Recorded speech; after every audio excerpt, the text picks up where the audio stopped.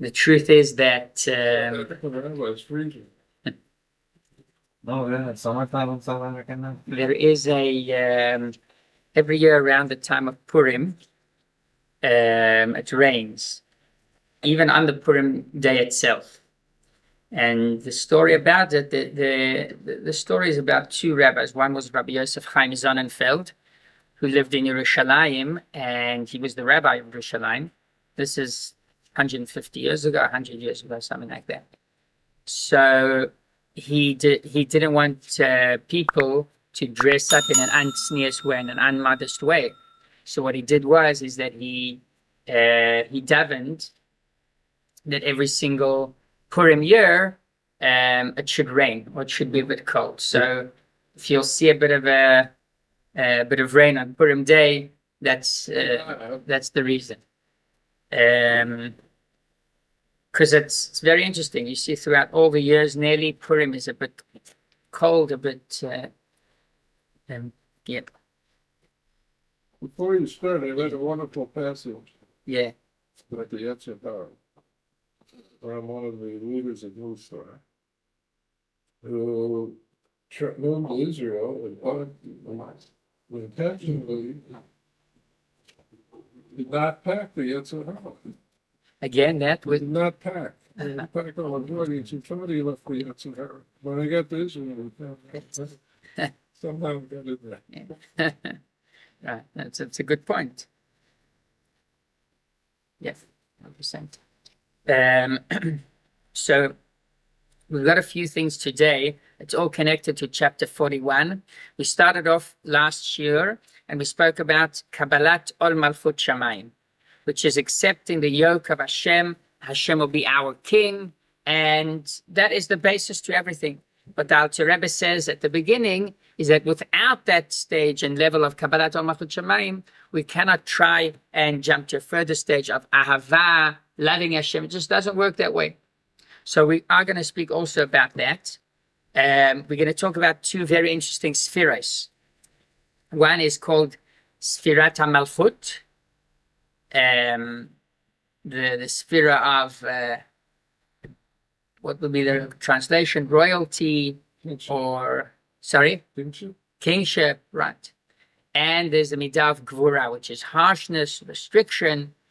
They seem maybe similar, overlapping. What is the difference between the two we're going to discuss? And we've got a few interesting stories. Also, the general question we have over here is about the two wings. So we said, right, that you do the mitzvah, that's the body of the bird.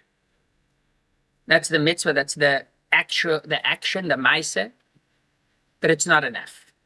If you want the mitzvah to depart and to be counted in front of Hashem, to create an angel, so you've got to make sure that it has wings. Can a bird fly with one wing? No, doesn't work.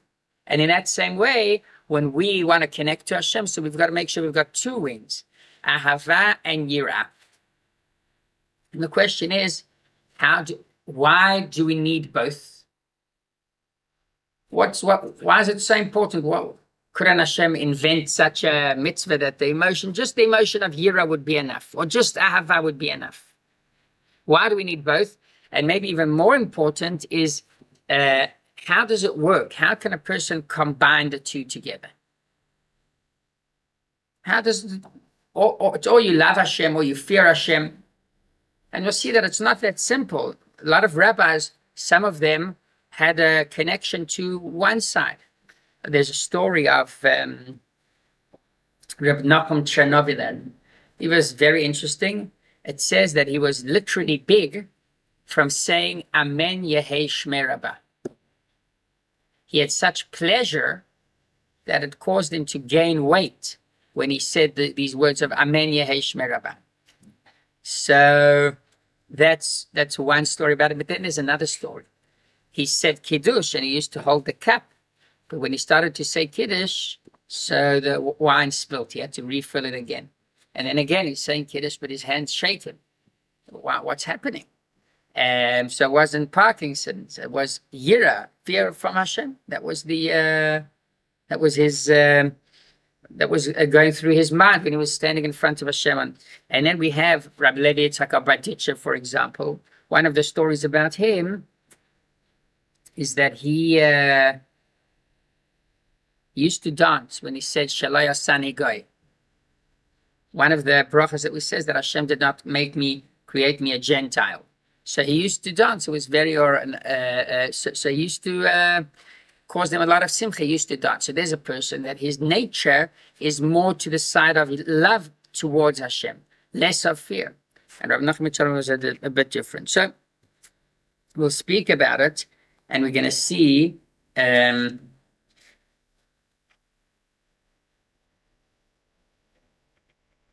Okay. So let's start off with the first level, which is Kabbalat Ol Malchut Shamayim. Does anyone have an example for that in our life today? What is an example for Kabbalat Ol Malchut Shamayim? I'm not talking about the spiritual connection to Hashem, but I'm talking about in society. Well, we have Independence Day. Independence Day, so I don't know how that's connected to accepting the yoke of Hashem. It's a day of celebration. My wife noticed Yeah.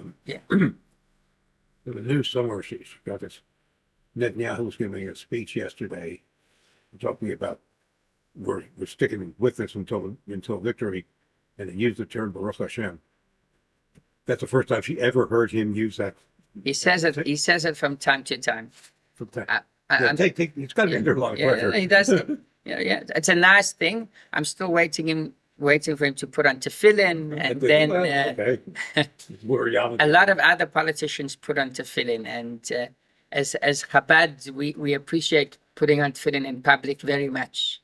So I think that's of course it's very good that he says Bezrat Hashem, and it's true. Yeah. So here's an example. I want to get back to that example in a few minutes, because we'll speak also about that, about the two sides. The idea of Kabbalat Ol Malchut Shamayim in our life today, you can find it in the army. There is what's called tironut. What is tironut? So there's a soldier that he is 19 or 20. He's already like a commander on that group. And he makes the young guys 18. Sometimes, you might even find a commander that's younger than you. A lot of my brother, when he drafted into the army, so he started when he was 24. And his commander in Tiranut was 19, 20, younger than him. They make them run back and forth. 3 weeks of intensive Tiranut. What is that Tiranut? It's not only to build tactics or to, before even you use a gun, or maybe it's not always when a person uses the gun. What is that? That is Kabbalat Ol Malchut Shamayim. That you know that there is someone above you that decides and makes the decisions. He calls the shots over here. And that is Kabbalat Ol Malchut Shamayim. That's what we see as the army. They say that it's very good for the Israeli society that there's an army that straightens them out by the age of 18. And without that, we know that the army, people want to do great things and they have all good intentions. But if there's no collaboration and the word of the commander is not a word, so it's going to cause a balagan. So that is the Kabbalat Ol Malchut Shamayim that we find today. The Rabbi actually took this a step forward, and the Rabbi started a movement called Psivot Hashem. This started in the year 1981. Someone connected it. Someone said that it started a year before Hezbollah was founded. Hezbollah was founded in 1982, so the Rebbe before that started Tzivos Hashem. What is the word Hezbollah in Arabic? Hezbollah means Tzivot Hashem, exactly. So that's the antidote that came before to bring a cure to this thing. So, and one person came to the Rebbe and said, "Why are you using with young kids terminologies that have to do with violence or war or army? Isn't that a bit inappropriate?" Tzivot Hashem, by the way, it's not known in any other area in the frum world, not in previous times in history, and even after that, not many people. There's Bnei Akiva movement, there's the Mizrahi movement, there's a few other youth programs, but with the title of a Ramatkal, Chief Commander, Commander-in-Chief, or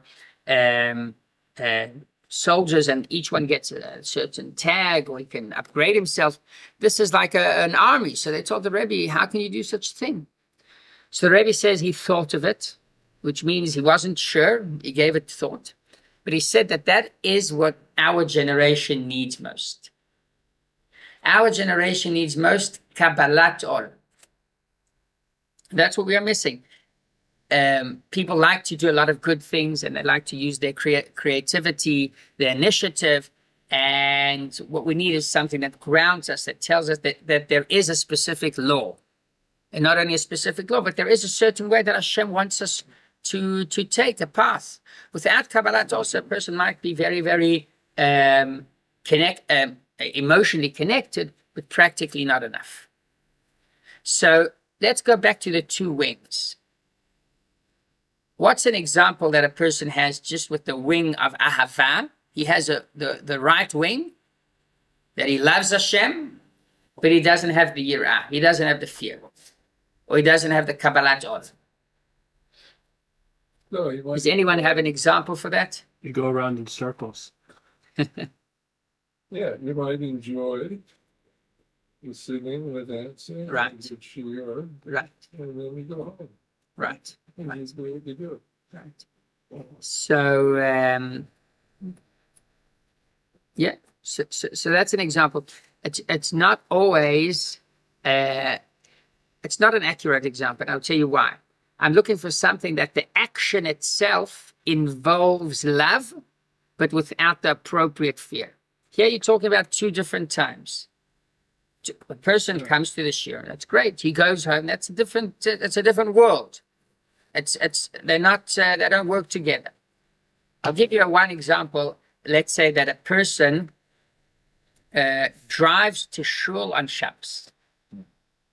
He loves Hashem. He loves the singing, right? He loves the atmosphere, and he wants to daven, he wants to pray. But he doesn't have the basic fear of follow the laws. Wait a second, there's a law over here. It's a funny thing that always makes me laugh about that.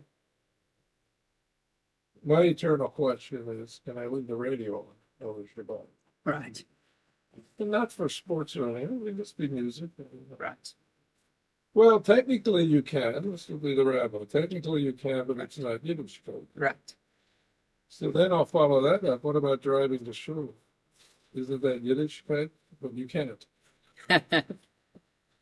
So That's a very good thing. That's the other side, opposite side of someone that has Yirah, and that's what's strong and emphasized, but he does not have the Ahava. So, you want to enjoy the Shabbos meal, you can't listen in the background to random music. That's a good example, right? There's a movement that a lot of people like to learn Kabbalah, and even non-Jews. So a person that learns Kabbalah without doing mitzvahs, for example, or learning Kabbalah without a kippah on a person's head. So back to the example that you said, it's very nice that someone says Be'ezrat Hashem and Baruch Hashem, but if he doesn't do the mitzvahs, so he's got a general connection to Hashem, but it's not lemaise.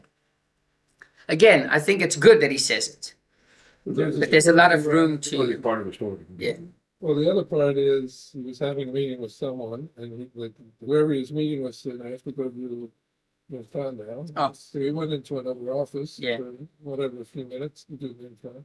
He came back out and he said, I don't know what that accomplished, but let's continue. Okay, I didn't hear that story. There is a story that the Rebbe was, I think it was with David Chase. David Chase was a Holocaust survivor that he was very, very wealthy, and he donated a lot to Chabad, to the general Chabad movement. And the Rebbe was very appreciative to him, and I think because generally his life experience and what he went through was very, very special. So he once his story was on a yacht. He was once on a yacht, and he asked the captain, "Where is Yerushalayim? Where's the direction east?" So the captain said, "This is the first passenger that asked me, where's the direction east?" So he explained, "I've got a daven mincha," and he told that story to the Rebbe. The Rebbe said that caused a big Kiddush Hashem. Person is enjoying himself. He's on a yacht, and he still thinks about Yerushalayim, where he's got a daven. Another example to love without Kabbalat Ol is Kiruv. When we do Kiruv, so many times we can think, okay, we can have an event of men and women dancing together. But that's not according to the halakha. So yes, we want to bring people closer to Hashem, but it has to be within the boundaries of the halakha. And sometimes it might even be easier when we do such events. People will feel more welcomed. They'll feel, I still remember I went to help a Chabad house, I think it was like 10 years ago in Colorado in Boulder. Boulder is a very, very liberal city, am I right? Yeah. Very liberal, very Democrat. Yeah. And we were at a shul, and there was a couple that just walked in, a very nice couple, seemed very established. And the husband storms out and he talks to the wife of the rabbi. "I'm not prepared to daven in a shul that my wife has to sit on the other side." So she spoke to him and she explained to him. She said, and they ended up staying for an hour out of the davening. I think that was very nice. But yes, it would be easier if Chabad houses could have just an open with no mechitza.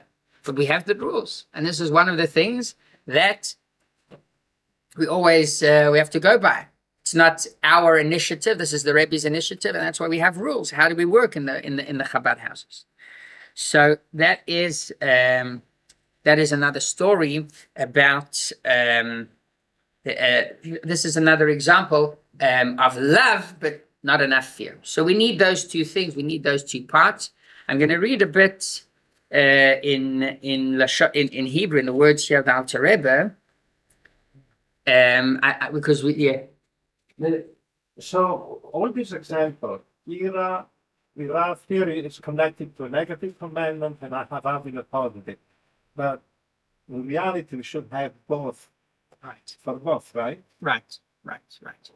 And so how do we combine both? We've got to answer first of all, why do we need both?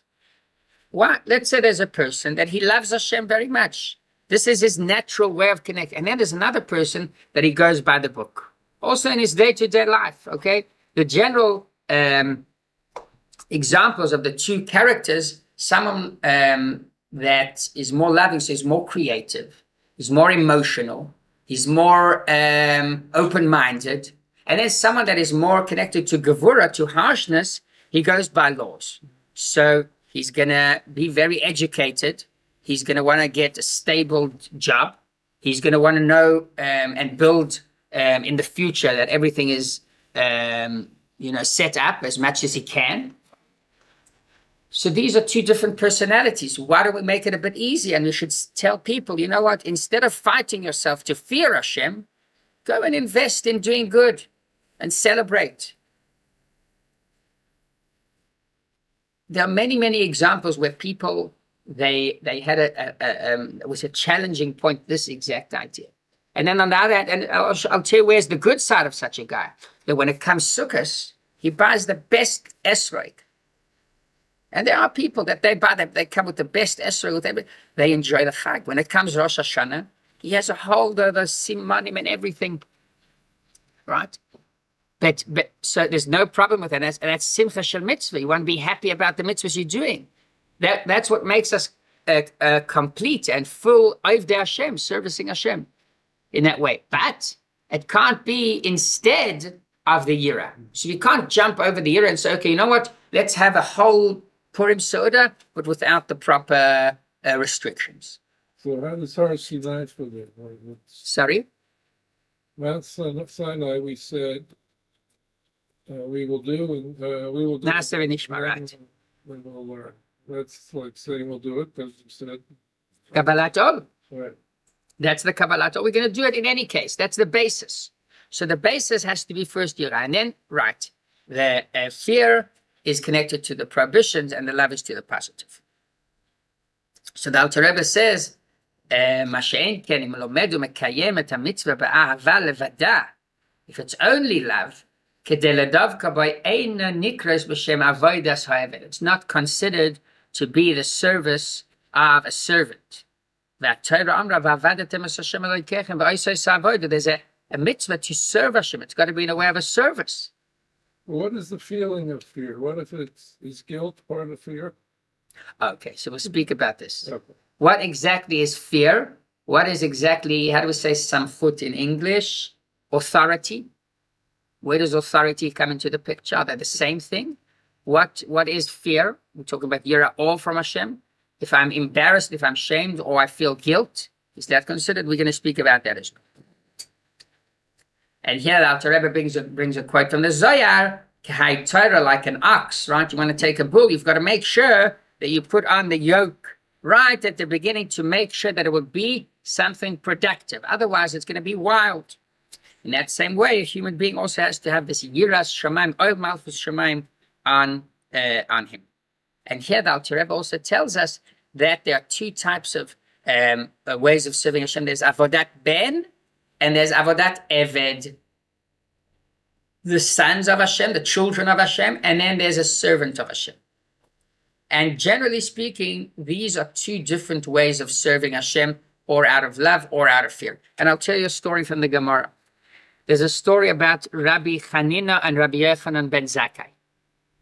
Rabbi Yochanan ben Zakkai met with Rabbi Chanina, two big rabbis. And Rabbi Yochanan ben Zakkai told him, my son is feeling very, very sick. Please pray to Hashem. Rabbi Chanina immediately did it. And he davened the entire day. And Baruch Hashem, the son became better. After that story, the wife of Rabbi Yochanan ben Zakkai turned to Rabbi Yochanan and told him, why did you need him? Aren't you great enough yourself? So he replied that Rabbi Chanina is like a servant in front of a king, and I am like a minister in front of a king. And that's why he has an advantage to his davening. So there's not much explanation to this idea, but I think we can all understand it. They both are Makaya mitzvahs. They both do the mitzvahs and everything, but the main focus of each of one of them was different. Rabbi Yochanan ben Zakkai was more close to Hashem. So if you're close to Hashem, then davening does not always come from the deepest part of your being. Because you have a certain level. You know Hashem better, so to speak. You feel more close, you feel more connected. You are not hopeless. But an Eved, the biggest advantage of an Eved is Kol ma shekana Eved kana rabo. Anything that a servant acquires belongs to the master. His entire existence is the existence of the master. And here we'll come to a third level. A son that is a servant. That's the highest level in Samach Vav. In the Maimar of the Rebbe Rechavia speaks about that. Where does that come from? It comes from the basis of a servant. But it's such a servant, again, that his entire existence is the existence of the master. So he is also a son in a certain way. He's also happy. There are two types of servants. There's a servant that wants to escape. All of his life, he's looking for one way. Where's the exit? And sometimes this is us. We don't want to keep all the mitzvahs. We're trying to look for exits all the time, for runaways. And sometimes it's not in a conscious way. Sometimes it's subconscious. Then there's a son. There's a son that always wants to be close to the father. He always feels connected to the father. His love is much more developed than the fear. But then there's such a servant that is so connected to the master that when the master's happy, he is happy. Everything that he owns belongs to the master. So he connected himself so much and in such a deep way to the master that when something gives pleasure to the master, it gives pleasure to the Eved. That is called Eved Ne'eman. There's a Ben, a son. There's an Eved Pashut, there's a simple servant. And there's a loyal servant. Eved Ne'eman, that's the third level, that's the highest level. That is the question. I'm borrowing from something I listened to last night. But if you do it for the love of Hashem, are you really doing it for the love of Hashem, or just because you like doing it? Or you feel good doing something and think it's for the love of Hashem? So you're not doing it because Hashem ordered. It's an order. Right. Probably hard. Right. And the link was what you just said, Adonai Echad. Right. You're only a Echad if you're doing it because You feel right. I think it's a good question that each person has to ask himself. But in many, many cases, the amount of mitzvahs that a person does in his life, it's not just because he was educated in that way or he's just emotionally inspired. A lot of it is, yes, because you care for Hashem. And also that is not always in your conscious mind. And this is what the Alter Rebbe says over here. This is the next level. The Alter Rebbe says, a person doesn't really feel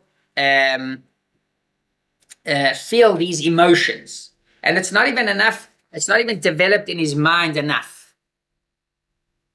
Sometimes it has to do with the level or the root of his soul comes from a low level. So that's why he's not inspired and he doesn't really feel it in his mind, the love and fear.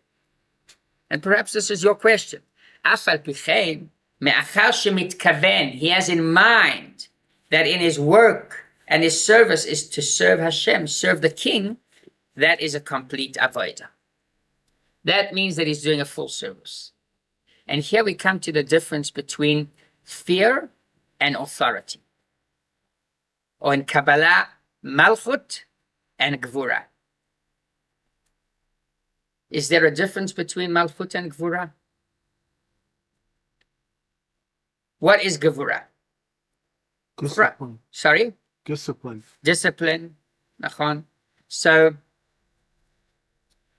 okay, is so there a difference between a halachic man and Chassidut?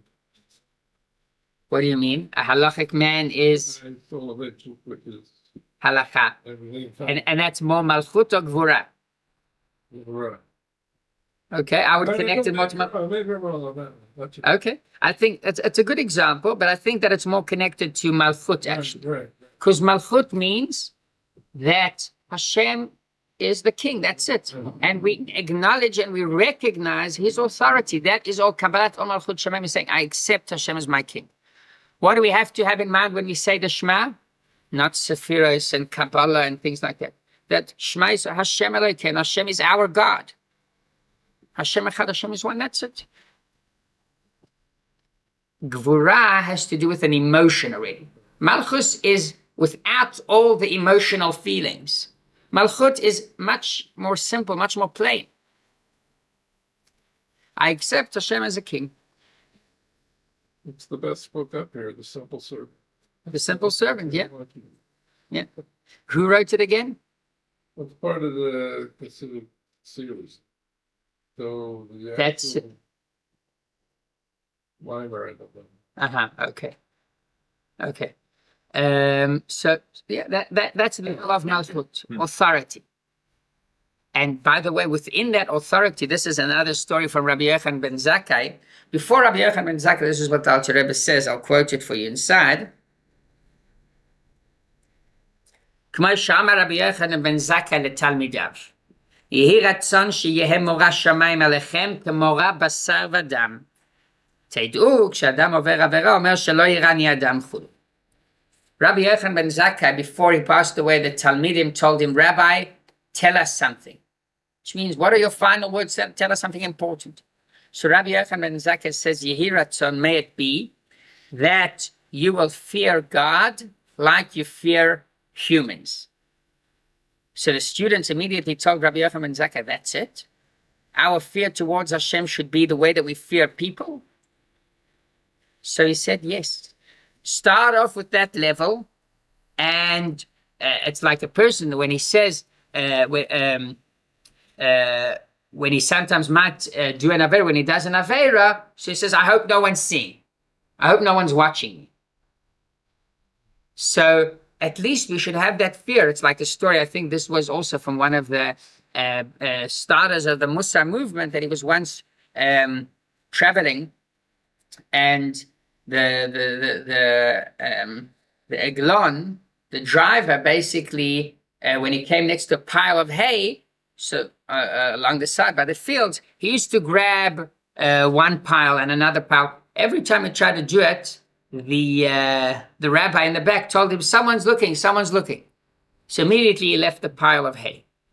And he was and at a certain point, he understood that no one's really looking. He's just this rabbi in the seat in the back is playing with him. So he was very upset. He told him, but there's no one looking. So he says, there is Hashem. So we see that point, that the moment someone would tell you, oh, someone's looking, that would cause us to stay away from it, not to do that Avera. So Rabbi Yochanan ben Zakkai tells his students, at least accept the yoke of Hashem to that extent and to that level. So here we understand the difference between Gevura and Malchus, the difference between fear and authority, Kabbalat Ol. Two separate things. Kabbalat Ol is the basis, and that has to do with accepting Hashem as our king. Fear is already something more emotional. It takes time to acquire. That is also one of the mitzvahs. The last part that we're going to speak about today is the importance of having both wings. Okay? Why do we need both? A helicopter doesn't need two wings. Why don't we consider our mitzvahs like a helicopter? Okay, that it goes straight to Hashem, just love or just fear. And I'm not talking about a person that disobeys Hashem. I'm talking about a person that he has Kabbalat Ol, but his strong side is love. Why does he need to try and develop fear from Hashem as well? So there's a story, and this is very interesting. This story is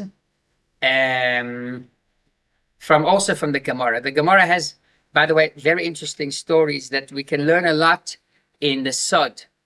And I think it's, I don't remember where that quote is from, but from the stories of the Talmud, the rabbis hid a lot of deep, deep messages.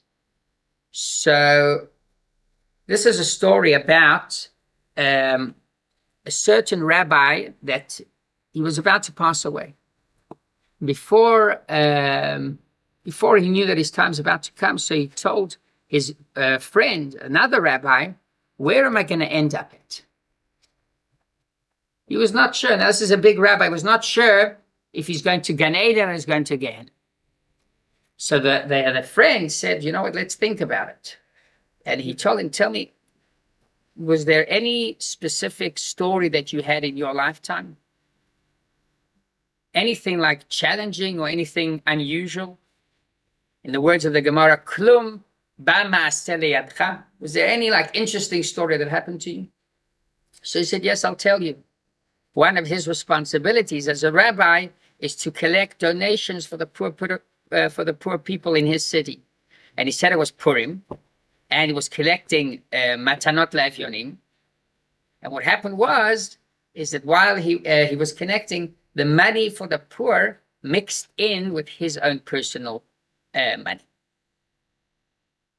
So he said, and that was challenging. I didn't know what to do. And at the end, I was able to overcome my yetzer, and I gave all the money to the poor people. Now, why was that challenging? Because he knew that he had something over there. So take a 50, take 100. He wasn't sure. I don't think he had in mind to take the full amount. But Lechumra, he went and he said, everything is going to go. So the rabbi said, okay, now you are guaranteed to go to Gan Eden. What's going on over here? This is a rabbi, a big tzaddik in the times of the Amoraim in the Gemara.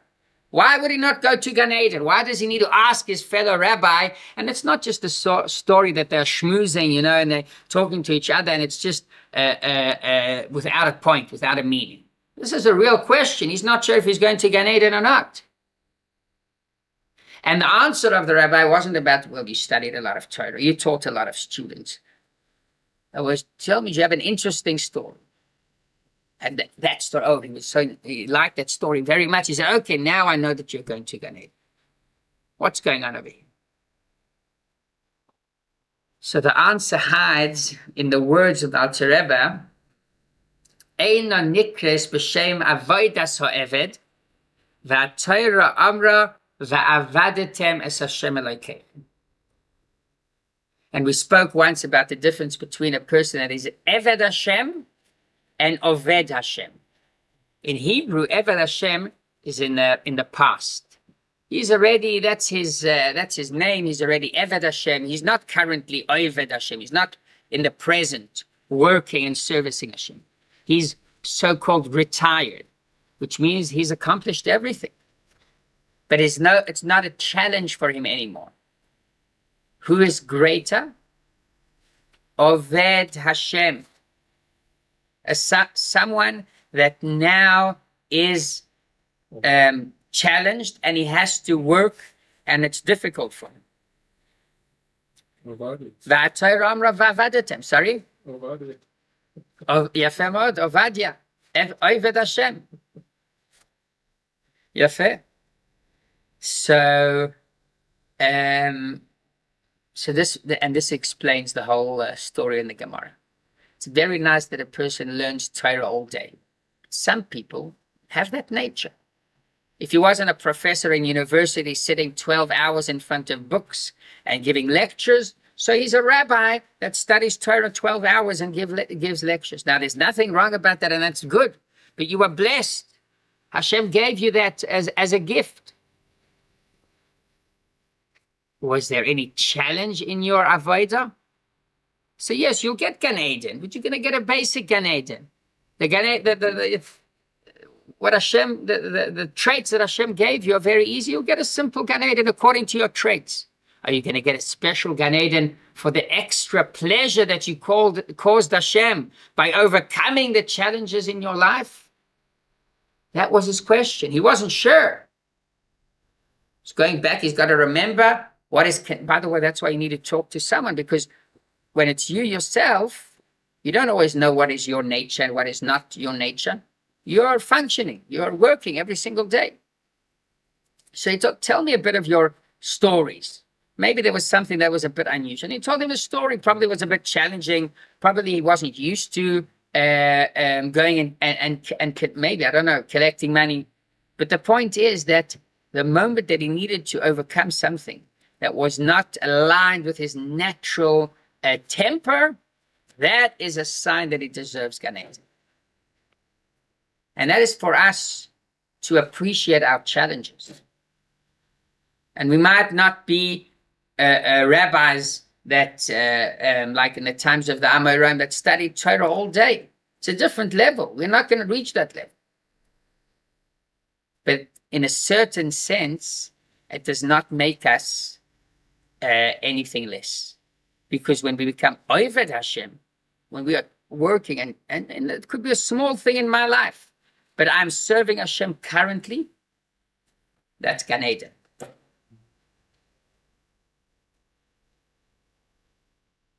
That's Gan Eden.